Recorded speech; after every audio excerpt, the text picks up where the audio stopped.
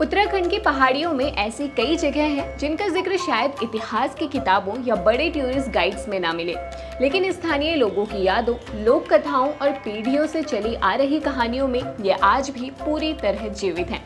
ऐसी ही एक जगह है चमोली जिले में ग्वालतम के पास समुद्र तल से लगभग 2260 मीटर की ऊंचाई पर स्थित बदानगढ़ी मंदिर। एक ऐसा मंदिर जहां से नंदा देवी, त्रिशूल, पंचाचूली और हिमालय की कई भव्य चोटियां दिखाई देती हैं। दिखने में ये जगह एक साधारण मंदिर की तरह लग सकती है, लेकिन इसकी कहानी सिर्फ आस्था तक सीमित नहीं है।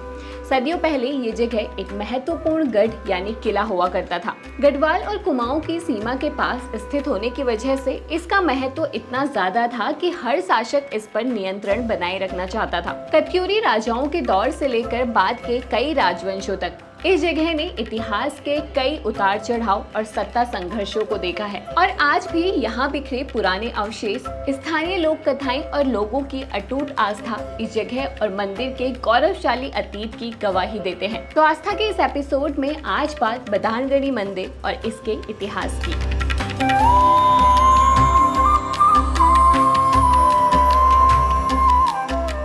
बदानगढ़ी मंदिर उत्तराखंड के चमोली जिले में ग्वालदम के पास स्थित एक प्राचीन और ऐतिहासिक मंदिर है। ये मंदिर मां दक्षिणेश्वरी काली, जिन्हें स्थानीय लोग भगवती के नाम से जानते हैं, उन्हें समर्पित है। स्थानीय मान्यताओं और क्षेत्रीय इतिहास के अनुसार इसका निर्माण कत्यूरी शासनकाल यानी लगभग 8वीं से 12वीं शताब्दी के बीच हुआ माना जाता है। बदानगढ़ी नाम दो शब्दों से मिलकर बना है। बदान, जो चमोली गढ़वाल के एक ऐतिहासिक परगने का नाम है, और गढ़, जिसका अर्थ होता है किला या दुर्ग। यही नाम इस स्थान के धार्मिक और सामरिक महत्व को भी दर्शाता है। ये मंदिर केवल आस्था का केंद्र ही नहीं, बल्कि प्राकृतिक सौंदर्य का भी स्थल है।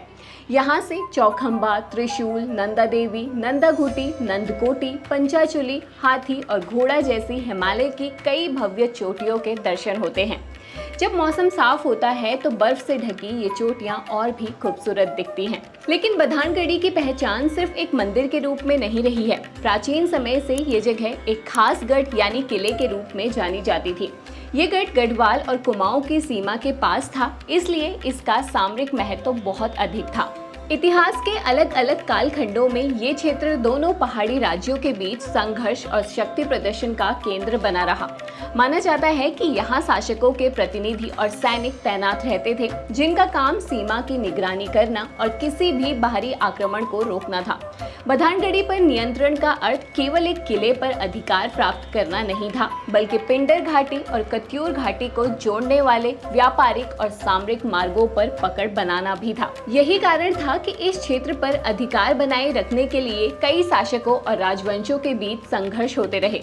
इस तरह बदानगढ़ी मंदिर केवल धार्मिक आस्था का प्रतीक नहीं है, बल्कि उत्तराखंड के राजनीतिक, सांस्कृतिक और सैन्य इतिहास का भी एक महत्वपूर्ण अध्याय अपने अंदर समेटे हुआ है। बदानगढ़ी के मूल मंदिर का निर्माण कत्यूरी राजाओं ने करवाया था, जिन्होंने लगभग 7वीं से 8वीं शताब्दी से लेकर 11वीं से 12वीं शताब्दी तक मध्य हिमालय के बड़े भूभाग यानी आज के कुमाऊं और गढ़वाल के कई हिस्सों और पश्चिमी नेपाल पर शासन किया। कत्यूरी वंश की स्थापना का श्रेय वासुदेव कत्यूरी को दिया जाता है, जिनकी राजधानी पहले जोशीमठ के पास थी और बाद में बागेश्वर जिले के बैजनाथ, उस वक्त के कार्तिकेयपुर में स्थानांतरित हुई। ये वही राजवंश था जिसने जागेश्वर धाम के 124 से ज्यादा मंदिरों, कटारमल के सूर्य मंदिर और द्वाराहाट के मंदिर जैसी अद्भुत पाषाण स्थापत्य विरासत को जन्म दिया। इतिहासकार बताते हैं कि कत्यूरी राजा शैव और वैष्णव दोनों परंपराओं के संरक्षक थे, और उन्होंने ही पहली बार तराशे हुए पत्थरों से मंदिर निर्माण की शुरुआत की थी। बदानगढ़ी मंदिर भी इसी विशाल मंदिर निर्माण परंपरा की एक कड़ी माना जाता है। कत्यूरी राजवंश ने इस क्षेत्र में एक किले का निर्माण किया था, जिसके ऊपर मां काली की आराधना के लिए एक मंदिर स्थापित किया गया था।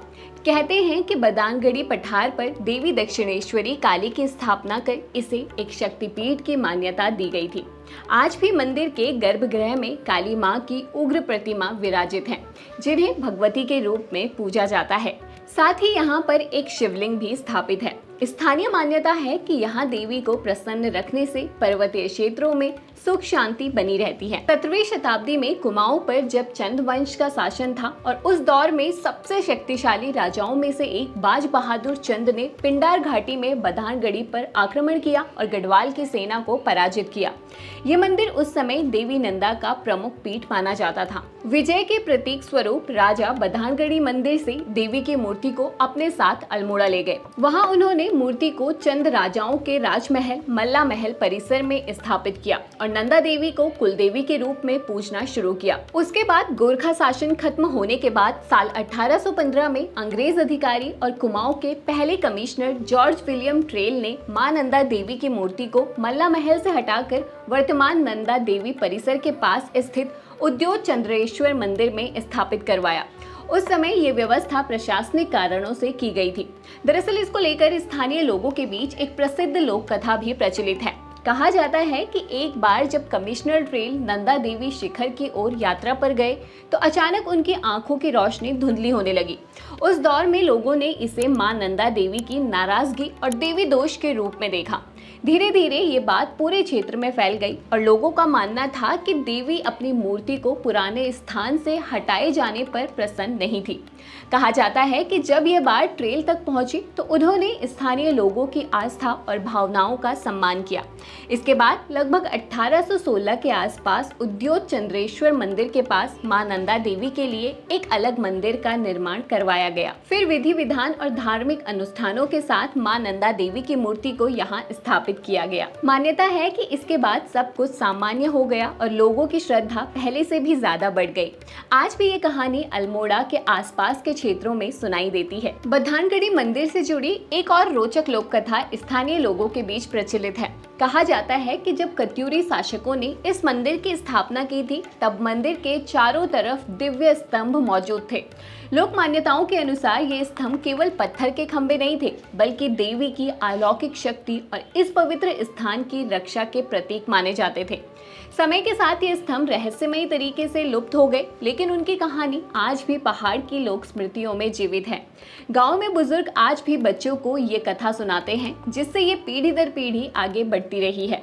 ये केवल एक मंदिर नहीं बल्कि आसपास के पर्वतीय समुदायों की सांस्कृतिक पहचान का भी हिस्सा है। स्थानीय समाज में देवी को क्षेत्र की रक्षक शक्ति माना जाता है और कई पारंपरिक मान्यताएं उनसे जुड़ी हुई हैं। धार्मिक पर्वों और पारंपरिक आयोजनों में देवी का विशेष स्मरण किया जाता है, जिससे इस मंदिर का संबंध केवल आस्था तक सीमित नहीं रहता बल्कि स्थानीय लोक जीवन और संस्कृति से भी गहराई से जुड़ जाता है। हालांकि इन कथाओं और मान्यताओं की पुष्टि करने वाले ठोस ऐतिहासिक प्रमाण उपलब्ध नहीं है, इसलिए इन्हें इतिहास से ज्यादा लोक विश्वास और जनश्रुति के रूप में देखा जाता है। फिर भी ऐसी कहानियां किसी भी क्षेत्र की सांस्कृतिक विरासत का महत्वपूर्ण हिस्सा होती हैं। ये कहानियां हमें ये समझने में मदद करती है कि स्थानीय समाज अपने इतिहास, आस्था और परंपराओं को किस तरह याद रखते हैं और आने वाली पीढ़ियों तक पहुंचाते हैं। आज बधानगढ़ी मंदिर मां भगवती, दक्षिण काली और भगवान शिव को समर्पित एक प्रमुख धार्मिक स्थल के रूप में जाना जाता है। चमोली जिले के थराली, नारायणबगड़, देवाल क्षेत्र के साथ साथ बागेश्वर जिले के गरुड़ और कपकोट जैसे कई क्षेत्रों से लोग इस मंदिर में आते हैं और गहरी आस्था रखते हैं। स्थानीय लोग मां काली को अपनी लोक देवी और क्षेत्र की रक्षक देवी के रूप में पूजते हैं। सदियों से ये मंदिर लोगों की धार्मिक भावनाओं और विश्वास का केंद्र बना हुआ है। मंदिर तक पहुंचने के लिए ग्वालदम से ताल गांव तक सड़क मार्ग उपलब्ध है। इसके बाद बिनातोली तक पैदल चढ़ाई करनी पड़ती है। ये रास्ता घने जंगलों और सुंदर पहाड़ी रास्तों से होकर गुजरता है, जो यात्रा को और भी खूबसूरत बना देता है। बधानगढ़ी मंदिर केवल एक धार्मिक स्थल नहीं है, बल्कि उत्तराखंड के इतिहास, संस्कृति और लोक आस्था का प्रतीक है। सदियों से ये जगह बदलते राजवंशों, युद्धों और सत्ता संघर्षों का साक्षी रहा है।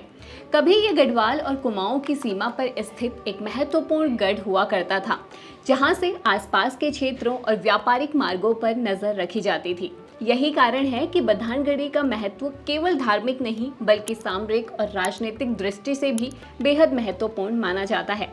इतिहासकारों का मानना है कि इस क्षेत्र पर अलग अलग समय में कत्यूरी, चंद और गढ़वाल के शासकों का प्रभाव रहा।